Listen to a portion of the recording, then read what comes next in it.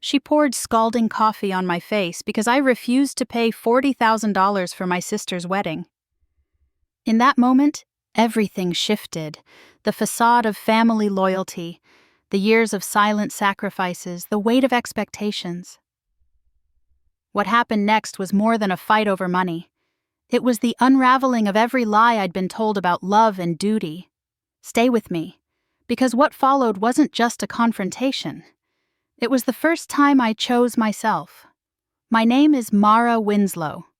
I'm 30 years old and work as a financial manager in Portland. My days are filled with numbers, investment portfolios, and the quiet confidence that comes from knowing I can take care of myself. I'm not flashy, but I'm proud of the life I've built. A life that, for the most part, I keep separate from the chaos of my family. I'm engaged to Noah Sullivan, a software engineer whose passion for sustainability spills over into every corner of his life.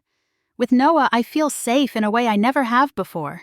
It's not just the way he listens, or how he holds me when I'm tired of holding everything else together. It's the way he sees me, truly sees me, and doesn't expect me to shrink myself to fit his world. My family, though, is a different story entirely. My mother, Irene, has always been the center of gravity in our home. She's the one who decides how holidays are spent, what secrets are kept, and who deserves her love on any given day.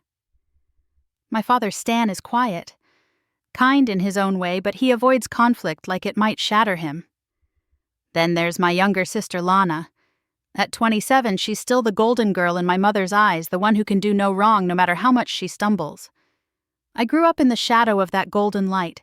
Lana was always the one with the easy laugh, the one who could charm a room without trying. My mother would beam at her like the sun itself had chosen to shine on Lana alone. "She's just special Mara," she'd say, as if that explained everything. For me, there were different rules. I was the responsible one, the fixer, the one who was supposed to keep the peace. I learned early that my mother's approval was conditional. She'd hold it out like a prize, then snatch it away the moment I showed a hint of independence. "Why can't you be more like Lana?" she'd ask when I brought home another perfect report card, her voice dripping with disappointment instead of pride. "You're always so difficult." My father would just sigh and turn back to his newspaper or the TV. Conflict wasn't something he ever learned how to handle. He'd nod at me when I passed him in the hall, a silent apology in his eyes. But apologies don't build confidence. They don't fill the spaces where a child is supposed to feel seen and safe. So I learned to stop trying to earn their praise. I focused on what I could control. I got my first job at 16 stacking shelves in the corner grocery store while Lana was out with her friends. I didn't complain. I didn't dare.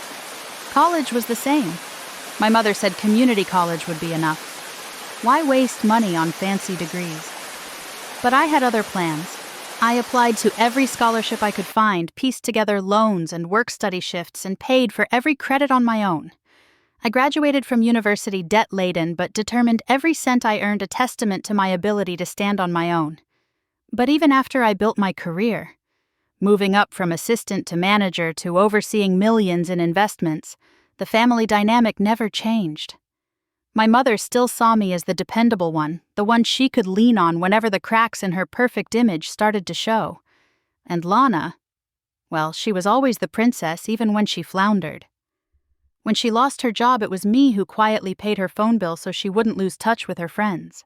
When our parents refinanced the house and got in over their heads, it was me who picked up the slack setting up anonymous payments, so my mother wouldn't have to face the embarrassment of admitting she needed help. I did it all silently because that's what was expected.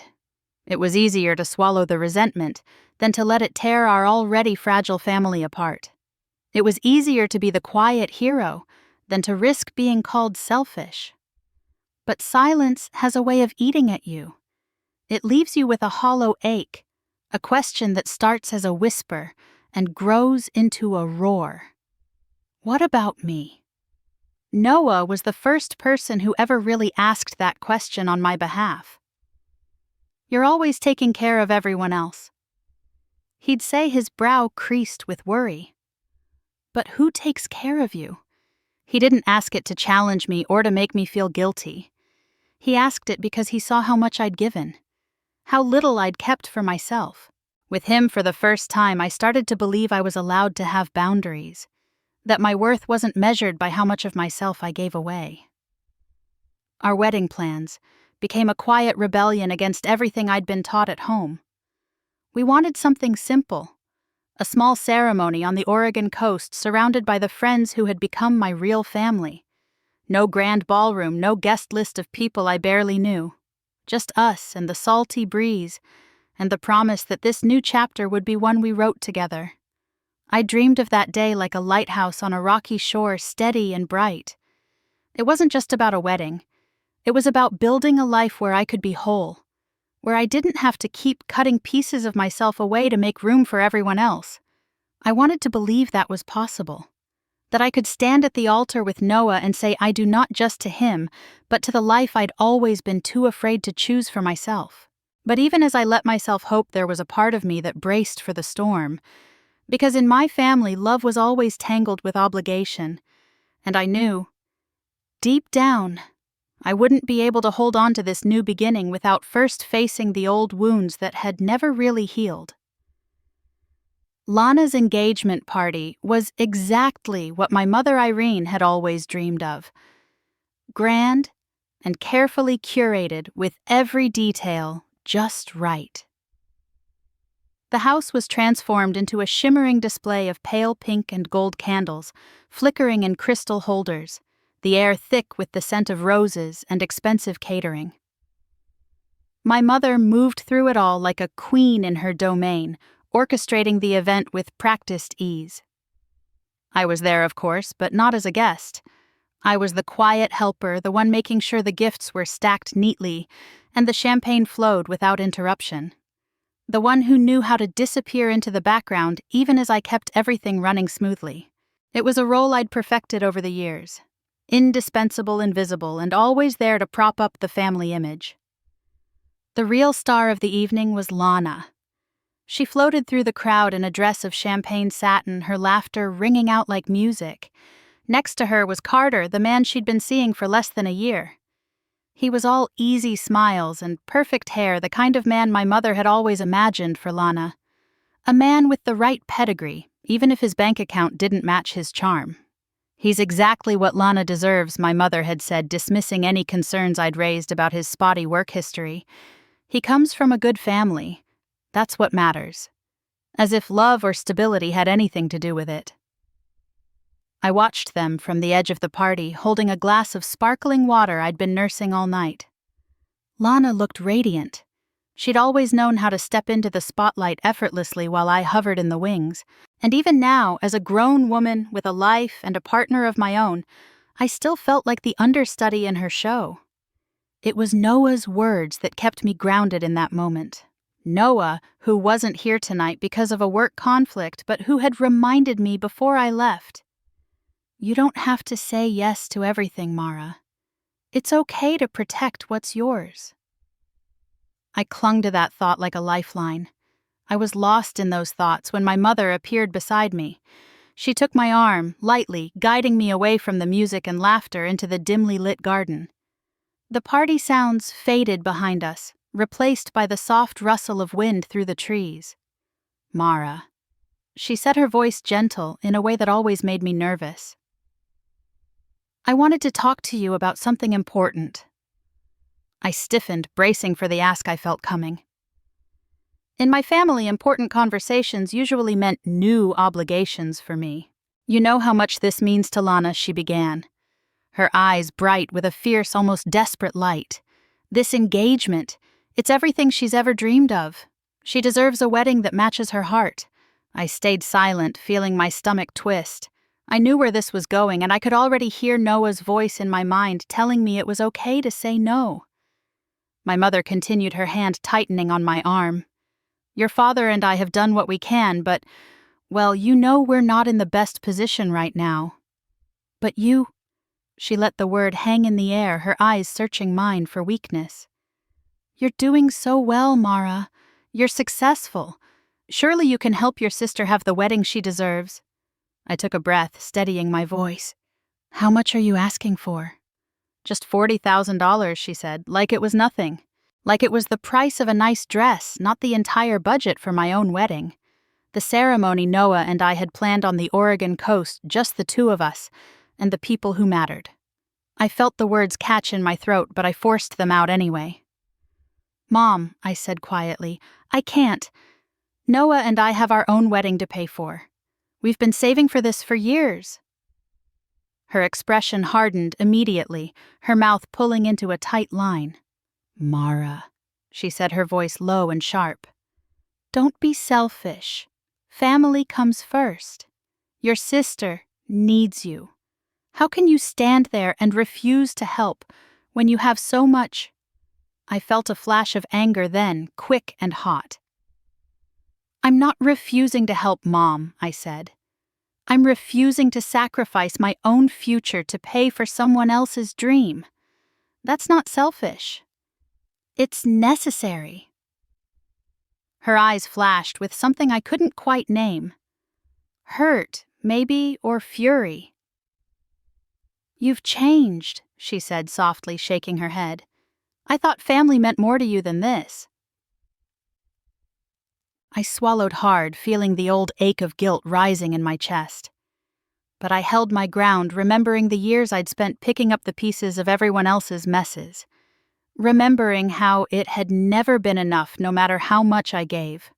"I love this family," I said, my voice shaking a little. "But I can't keep giving and giving until there's nothing left for me." She didn't answer. She just turned and walked back toward the party, leaving me standing in the dark, with the weight of her disappointment pressing against my ribs. I watched her go, the lights from the party spilling around her like a halo she didn't deserve. For a moment I felt like that little girl again, the one who would have done anything to make her mother proud. But as I stood there alone and quiet, I felt something shift inside me. I realized I wasn't that girl anymore. I was a woman who had learned how to say no even when it hurt. Even when it meant disappointing the people I'd spent my whole life trying to please. And in that small, silent victory, I found a glimmer of the strength I'd been searching for all along. The air at the party had grown thick with forced laughter and the clinking of champagne flutes. Music drifted from the speakers in the living room, but I couldn't hear the melody over the steady drum of my own pulse. I stood at the edge of the room near a small table adorned with delicate desserts I'd helped arrange earlier that day, feeling like a shadow at someone else's celebration. My mother's voice cut through the chatter, bright and polished, as she recounted Lana's engagement story for the third time that evening. She stood in the center of the room like a conductor, her words orchestrating every head nod and smile of approval. "Lana and Carter are just perfect together," she said, her hand lightly touching Lana's shoulder. "We're so proud of her. She's always known how to bring people together." I watched from a distance, my glass of sparkling water growing warm in my hand. My mother didn't acknowledge that I was even there. I was used to it by now. Her ability to erase me from the narrative without ever saying a word. But that night, standing in the glow of the fairy lights and soft music, I felt every omission like a small cut across my skin. My mother caught my gaze for a moment, her eyes narrowing just enough for me to see the question she hadn't yet voiced. I knew it was coming. The question that had been simmering between us since that moment in the garden. She didn't need to say it out loud. I could already hear it in the way she held her shoulders, the way she glanced at me as if weighing my usefulness. She moved through the room with practiced grace, a fresh cup of coffee in her hand. When she reached me, she paused. Her smile, brittle and bright. "Mara," she said, her voice honeyed as if she were sharing a secret. "I was just telling everyone how supportive you've always been, how generous." Her words felt like a trap, every syllable meant to bind me to a role I no longer wanted to play. She didn't wait for my response. "I'm sure you've reconsidered," she continued, her tone light but her eyes sharp, "about helping your sister. It would mean so much to her. She deserves a wedding that matches her heart." My chest tightened. All around us the conversation paused, the hum of small talk fading into a curious hush. People turned to look at us, some with polite interest, others with the careful curiosity of those who sense a storm brewing. I took a breath, feeling the weight of every eye in the room. "I'm sorry, Mom," I said, my voice steady, "but my answer is still no." For a moment there was silence, thick and suffocating. My mother's smile slipped, her lips tightening as she tried to hold on to the perfect facade she'd built. "Mara," she said, her voice a low warning, "this isn't about you. This is about family, about loyalty." I felt my pulse quicken, but I didn't look away. "I know, Mom," I said softly, "and I've been loyal my whole life. But I can't do this. I won't." Her face changed then, the practiced smile cracking like ice underfoot. Her hand trembled just slightly as she shifted her coffee cup, her knuckles whitening around the delicate porcelain. "How dare you?" she whispered, her voice sharp enough to cut. "After everything we've done for you." I opened my mouth to speak, to remind her that I had never asked for anything, that I had paid my own way, covered their debts in silence, given until there was nothing left to give. But the words caught in my throat, and in that hesitation I saw her fury bloom. She didn't shout. She didn't raise her hand in warning. She simply let the cup tilt, the coffee sloshing over the edge in a single scalding arc that caught me square across the cheek. The pain was immediate, white-hot and blinding. I gasped, the breath catching in my chest as the liquid burned down my neck, soaking into the fabric of my dress. My eyes stung with tears, but I blinked them back, refusing to let them spill over. Around me, the party fell into stunned silence. Lana clapped her hands to her mouth, her eyes wide with shock. Carter shifted his weight awkwardly, looking everywhere but at me. My father stood a few feet away, his gaze fixed on the floor, his shoulders hunched as if he could make himself disappear. For a moment it felt like the whole world had narrowed to that small, searing pain on my skin and the sharp tang of coffee in the air. My mother's hand was still outstretched, the empty cup trembling in her grip. She looked at me as if I'd forced her hand, as if I'd somehow left her no choice. "Mara," she hissed, her voice raw and shaking, "look what you made me do." I touched my cheek lightly, feeling the burn, the wet fabric clinging to my collarbone. My mind was a blur, but somewhere deep inside a quiet voice rose up, clear and resolute. "No," it said. "You didn't make her do this. She chose it." I looked at her then, really looked at her, and saw not a mother but a woman so consumed by her own need for control that she would rather burn me than face her own disappointment. I took a shaky breath and straightened my shoulders, feeling the weight of the coffee-drenched dress against my skin. Around us, no one moved. No one spoke. It was as if time itself had paused, the music still playing faintly in another room, absurdly out of place in the heavy silence. I didn't bother to wipe my cheek. I didn't shrink away or try to explain. Instead, I held her gaze for a long, quiet moment, and then I turned and walked out of the room, away from her, away from the stunned stares and the whispers that would follow. I walked because there was nothing left to say. Because in that moment, I understood that no apology or explanation would ever be enough to fill the void her actions had carved between us. And in that quiet exit, I felt something shift deep inside me, like a door finally clicking shut, leaving behind only the echo of everything I'd given and everything I would no longer give. I don't remember how long I stood there, coffee cooling on my skin, the whispers of stunned guests swirling around me like a low hum. My mind was a blur of pain and disbelief, every breath sharp against the raw burn on my cheek. I felt the weight of my mother's eyes, the silence of my father, the anxious flutter of Lana's hands covering her mouth. And in that heavy pause, I realized there was nothing left for me to say. Then through the door, Noah appeared. He was still in his work clothes. Dark, slack sleeves rolled up, the faintest trace of worry in the crease between his brows.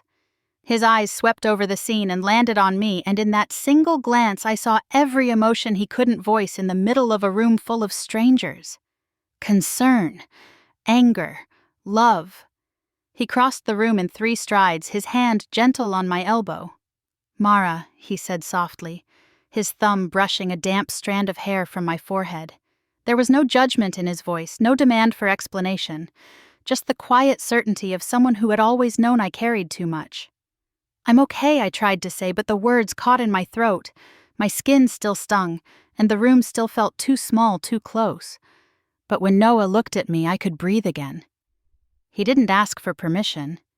He simply wrapped his arm around my shoulders and led me out of the house past the shocked faces and the stunned silence. Outside, the cool night air hit my skin, and I shivered. Noah slipped off his jacket and draped it around my shoulders, his hand lingering at the back of my neck. "Let's go," he said, his voice steady. No hesitation, no second guessing. The drive to the hospital was quiet, the hum of the tires on the road, a soft counterpoint to the thoughts racing through my mind. I stared out the window, the streetlights blurring into streaks of gold. My mother's voice still echoed in my ears. Accusations of selfishness, of betrayal. But here, in the soft glow of the dashboard lights, I felt those words begin to lose their power. Noah kept one hand on the wheel, the other resting lightly on my leg. He didn't fill the silence with questions or reassurances. He just let it be, giving me space to find my own words. Finally, I turned to him, my voice low and trembling. "I didn't think she would actually do it," I whispered. "I knew she'd be angry, but I never thought she'd go that far." He glanced at me, his eyes dark with something that wasn't quite surprise. "You've carried her expectations for a long time," he said softly. "Longer than anyone should have to. But tonight you showed her that her power over you has limits." I swallowed hard, the truth of his words sinking in like warm water in cold soil. I hadn't thought of it that way. Not as defiance, but as a line I had drawn at last. At the hospital, a nurse cleaned my face with gentle hands, the antiseptic cool and sharp against my skin. The doctor, a woman with kind eyes, examined the burn and gave me a small smile. "First degree," she said, "painful, but it will heal well." She handed me a small tube of burn cream and a set of instructions. "Keep it clean and let it breathe," she said. "And don't be afraid to let it show." I nodded the words, settling somewhere deep inside me. Let it show. Let it breathe. When she left the room, Noah reached for my hand. His thumb brushed the inside of my wrist, a small, steady pressure that made my breath catch. "You know," he said quietly, his eyes locked on mine, "this isn't just about what happened tonight." I frowned, confusion clouding the relief I'd started to feel. "What do you mean?" He squeezed my hand gently. "This isn't just a burn on your skin, Mara," he said. "It's a line you drew. One you've needed to draw for a long time. It's proof that you don't have to keep sacrificing yourself to make everyone else comfortable." Tears welled up in my eyes, hot and unbidden. "I keep wondering if I was wrong," I whispered. "If saying no makes me cruel. If I'm just selfish." He leaned forward, his forehead resting lightly against mine. "No," he said firmly. "Saying no doesn't make you cruel. It makes you human. It means you know your own worth. And if that feels selfish to people who only saw you as a means to an end, then maybe it's time for them to learn what real love looks like." His words were like balm on a wound I hadn't even realized was still bleeding. I closed my eyes, letting them settle into the quiet spaces of my heart. I thought of all the years I'd spent trying to be everything to everyone, how I'd twisted myself into smaller and smaller shapes, hoping that if I was good enough, kind enough, I'd finally be seen, finally be loved. But Noah didn't want me to be smaller. He didn't want me to fold myself into someone else's expectations. He wanted me whole, even if it meant standing alone for a while. For the first time, I let myself believe that maybe he was right. I took a deep breath, feeling the weight of the night begin to lift. My skin still burned, but inside something had shifted. The old fear of being unloved, of being seen as the villain, had begun to loosen its hold. In its place was something quieter but stronger, the knowledge that my worth wasn't up for debate. Noah squeezed my hand again, his smile small but sure. "You're not alone," he said softly. "Not tonight. Not ever." I nodded, the tears finally spilling over. But this time they didn't feel like shame. They felt like relief. Because in that hospital room under the flickering fluorescent lights, I finally believed it saying no to her didn't mean I was heartless. It meant I was finally ready to choose myself. The next day, Noah and I returned to the house where everything had started. The party was long over. No more laughter echoing off the walls, no more carefully arranged flowers hiding the cracks in the family's foundation. It was just us standing in the doorway of a place that had always been both a home and a battlefield. I didn't come back to demand an apology. I didn't come to reclaim something that had never really been mine. I came back because I needed them to see me. Truly see me. For the first time in my life. And Noah stood beside me, a quiet presence of unwavering support. The living room was quiet when we stepped inside, the smell of stale coffee lingering in the air. My mother, Irene, was seated on the couch, her posture stiff and proud as always. My father, Stan, hovered by the fireplace, his hands shoved deep in his pockets, his eyes darting between us like a man caught in a storm he didn't know how to weather. Lana stood near the window, her arms folded across her chest, her expression wary but curious. Noah's hand found mine, his fingers warm and steady. He didn't say anything at first. He just waited, giving me the choice to speak or to let the silence do it for me. But I had spent too many years letting silence speak for me. This time I was ready to use my voice. I took a breath and looked at my mother. "I'm not here to fight," I said softly. "I'm here because I need you to understand that what happened last night changes everything." My mother's eyes narrowed, her lips tightening as if she were holding back 100 sharp words. But before she could speak, Noah stepped forward, his voice calm but resolute. "Mara doesn't owe you anything," he said evenly. "She never has. For the past 3 years she's been paying off this house, quietly, without recognition. Because she wanted to give you all some measure of security. Not because she was obligated, because she chose to." A hush fell over the room. My mother's face went pale, her hand gripping the arm of the couch until her knuckles whitened. My father's head jerked up, his eyes wide with something that looked almost like shock. And Lana's mouth fell open, her eyes flicking to me as if she were seeing me for the first time. Noah's voice didn't waver.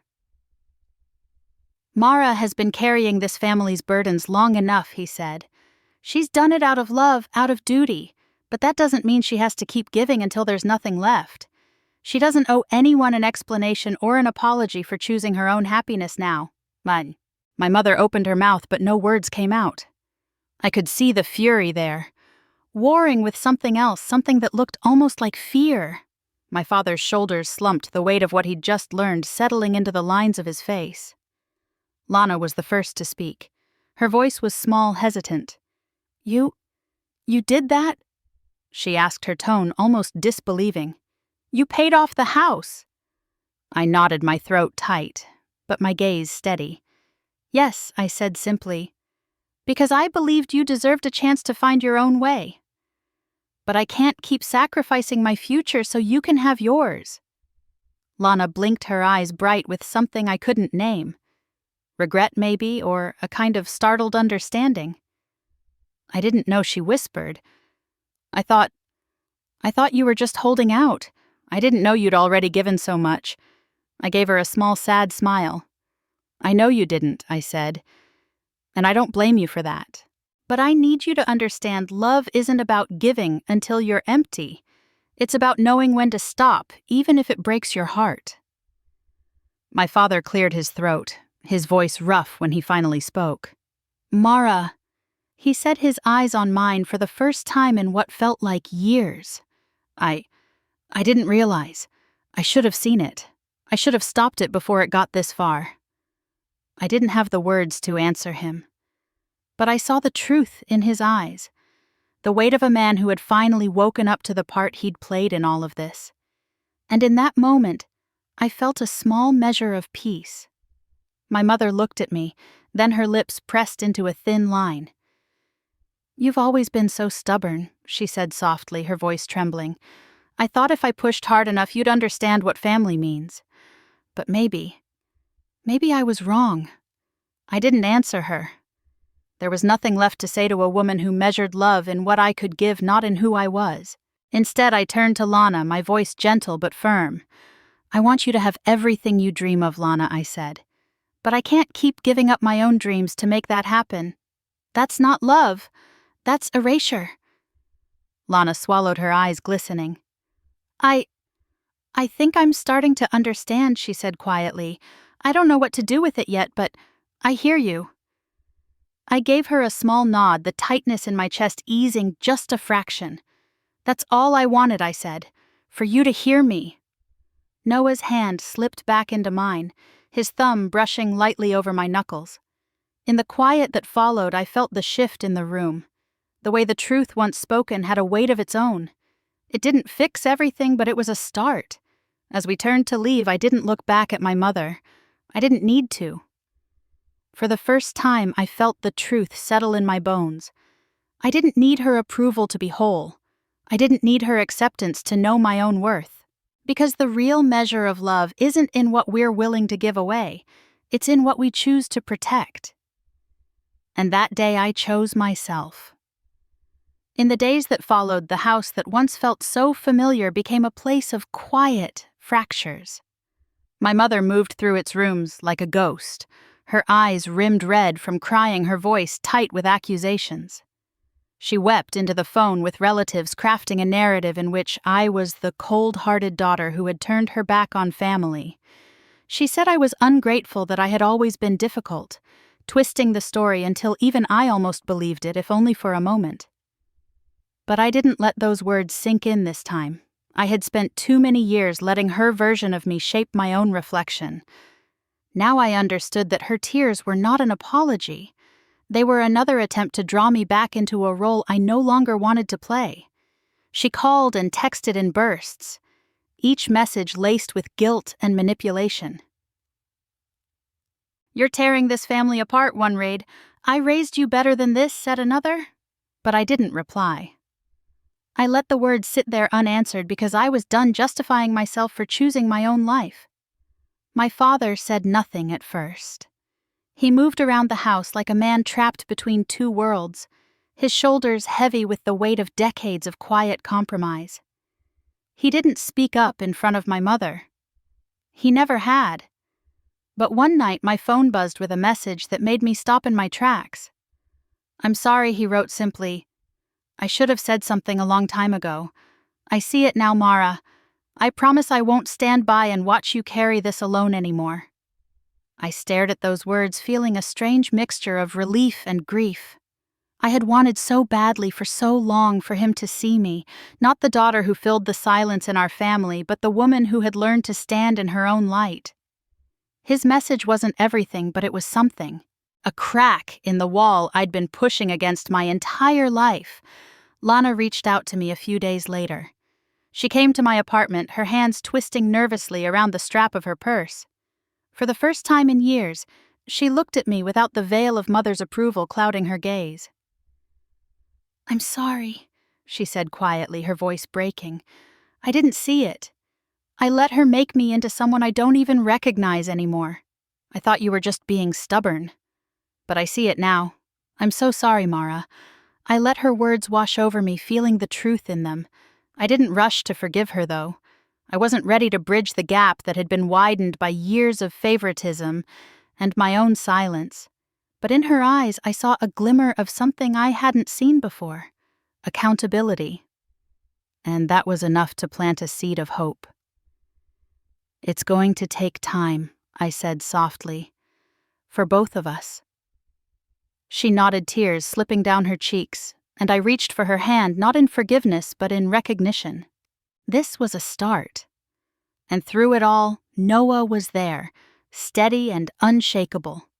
He didn't offer empty reassurances or push me to make peace before I was ready. He didn't ask me to be okay for his sake. He simply stayed close, his presence a quiet testament to the love that didn't need to be proven. One night as I sat curled on the couch staring at the city lights outside the window, he wrapped an arm around my shoulders and pressed a kiss to my temple. "I'm so proud of you," he murmured. "Not for what you've done for them, but for what you're finally doing for yourself." I leaned into him, feeling the truth of his words settle into the places where old doubts had lived for so long. He didn't need me to explain the guilt or the confusion that still flickered at the edges of my mind. He just let me feel it, holding me through the moments when I wasn't sure if I'd done the right thing, even though I knew deep down that I had. In his quiet strength, I found a kind of shelter I'd never known in my childhood home, a place where I didn't have to prove my worth or apologize for my boundaries. With him, I felt seen, not as the dutiful daughter or the perpetual fixer, but as a woman who deserved love that didn't come with conditions. My mother's tears didn't move me the way they once had. My father's apology was a small beginning. And Lana's halting honesty was the first step toward something different. But Noah's unwavering presence was the anchor that kept me steady as I navigated the shifting tides of my family's unraveling. I didn't know what would come next, if bridges would be mended or if some would stay burned forever. But I knew this much: I wouldn't lose myself trying to hold them up anymore. And in that quiet determination, I found a peace that felt more real than any apology or promise ever could. In the quiet weeks that followed, I turned inward, searching for something I had never fully claimed my own voice. For so long, my days had been filled with the echoes of my mother's demands, the weight of everyone's expectations but my own. Now, in the soft spaces between conversations and the stillness of my mornings, I let myself finally listen to the quiet whispers of what I needed. I started therapy. At first it felt strange, like I was speaking a language I had only ever understood in silence. But my therapist's gentle questions were like small doors, each one opening to a part of me I had learned to hide. She taught me how to name the hurt I had carried, how to hold it in my hands without letting it define me. "It wasn't your job to be everything for everyone," she said during one of our sessions. Her voice soft but firm. "It's okay to take up space, to be seen for who you are, not just what you give." I carried those words home with me, turning them over in my mind until they began to feel real. In the evenings, I took out an old leather-bound notebook and started to write. At first, the words came slowly, hesitant, halting. But soon the pen found its rhythm and the thoughts I had kept locked away began to flow. "I am worthy of love and respect." I wrote one night, the words trembling on the page. It was the first time I had ever said it out loud, even if only to myself. I read it over and over, letting it sink into the places where old doubts still lingered. Noah was there as he always had been. He didn't hover or push, didn't try to fix what wasn't his to mend. He just listened when I needed to talk, and held me when the weight of everything felt too heavy to bear alone. His presence was like the gentle warmth of a sunlit morning, patient and unwavering. We sat together at our kitchen table, the one we had picked out at a second-hand shop, and spread out the final plans for our wedding. A small ceremony on the Oregon coast, just us, and the handful of friends who had become family by choice. There would be no grand speeches or crowded ballrooms. Just the sound of the waves and the promise that this was a life we were choosing together, free from the expectations of anyone else.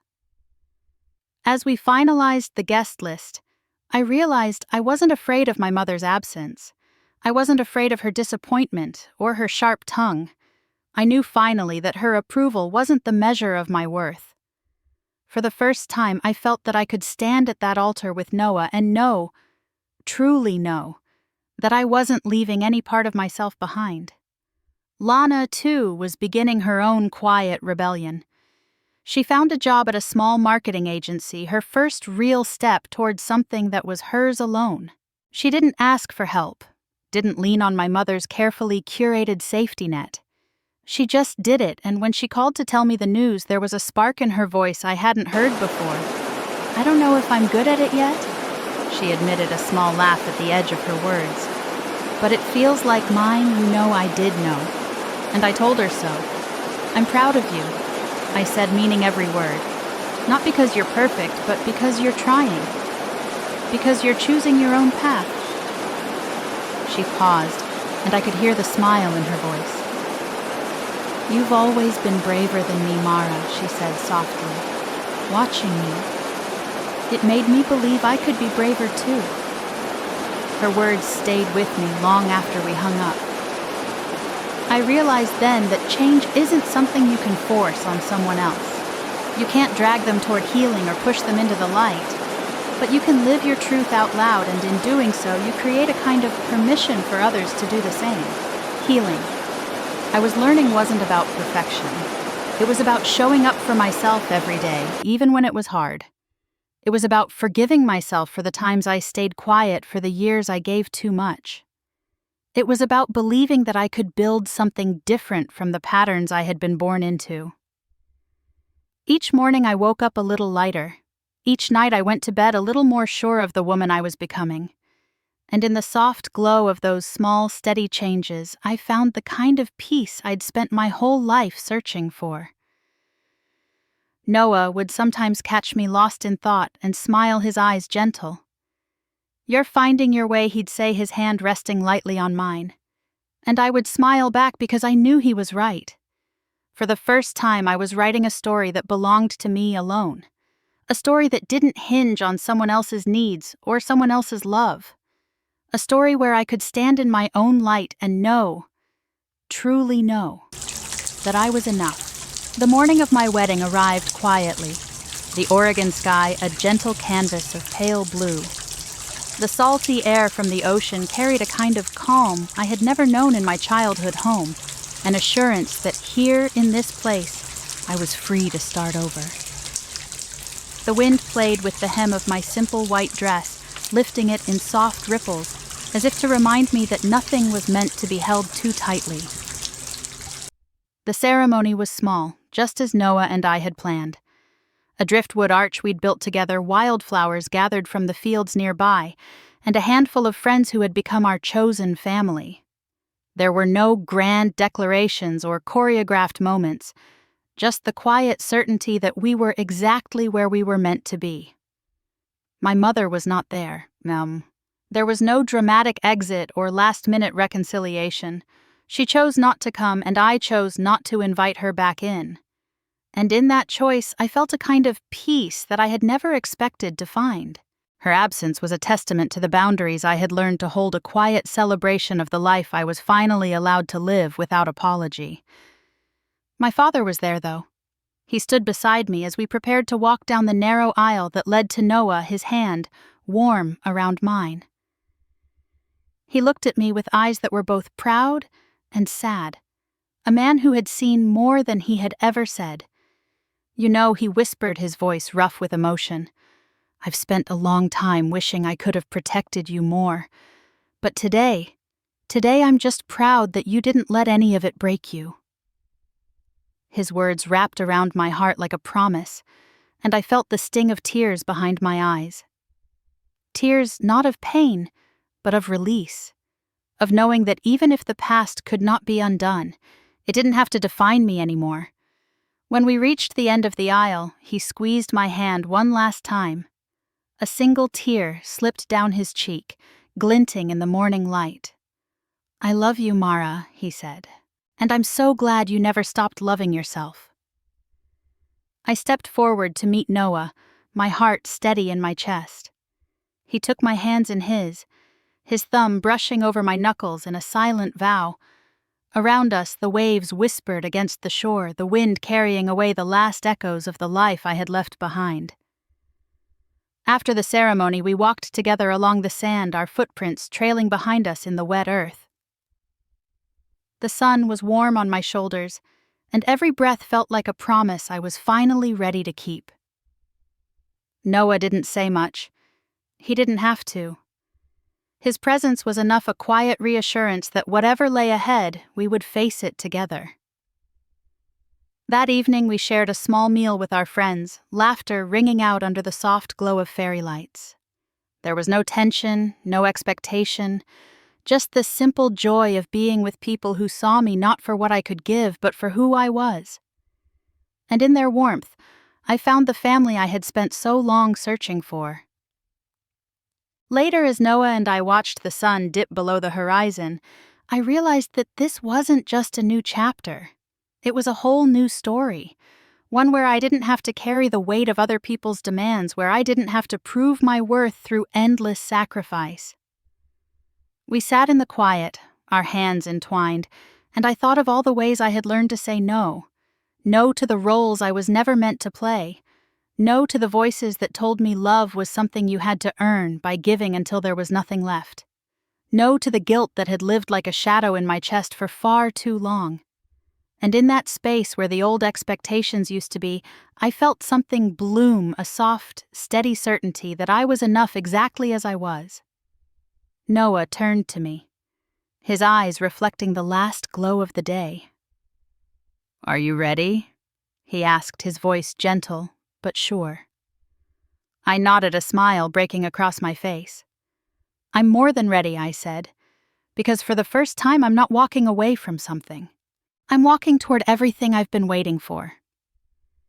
He kissed my forehead, and together we stood to face the night, the waves singing softly at our backs. We didn't need to speak the promises that lived in our hearts. They were written in the way he held my hand, in the way my shoulders no longer hunched against the weight of expectation. As we stepped forward, I let myself believe in the truth I had fought so long to claim, that love is never meant to be measured by how much of yourself you're willing to lose. That real love, whether from family, friends, or the quiet voice inside you, doesn't ask you to disappear. It asks you to stand in your own light and know that you are worthy of it all. And so under that soft Oregon sky, I finally let myself say the words I had never dared to write in any journal, never dared to speak to anyone but myself. I have learned that love doesn't mean giving until you're empty. It means learning to say no to the people and the patterns that would have you believe you're only valuable when you're useful. And I have learned that peace doesn't come from making everyone else happy. It comes from daring to claim the life that makes you feel whole. I took Noah's hand in mine, and together we walked into the future that waited just beyond the dunes. One step, one breath, one soft, unwavering yes to ourselves. Thank you for being here with me today. My hope is that in sharing this story, you've found a moment to reflect on your own boundaries, your own worth, and the quiet power of choosing yourself, no matter how hard it might be. Have you ever faced a moment where saying no felt like the hardest yet most necessary thing you could do? How did it feel to stand up for yourself when everyone else expected you to stay small? I'd love to hear your stories, your reflections, and your thoughts in the comments below. Let's create a space where we can support one another, where we can remind each other that choosing ourselves is an act of love, not of selfishness. If this story resonated with you, please like this video, subscribe to the channel, and don't forget to ring that notification bell. There are so many more stories to share. Stories of healing, of growth, and of finding your voice in a world that doesn't always want to hear it. Thank you for listening. And remember, you are always worthy of love, just as you are.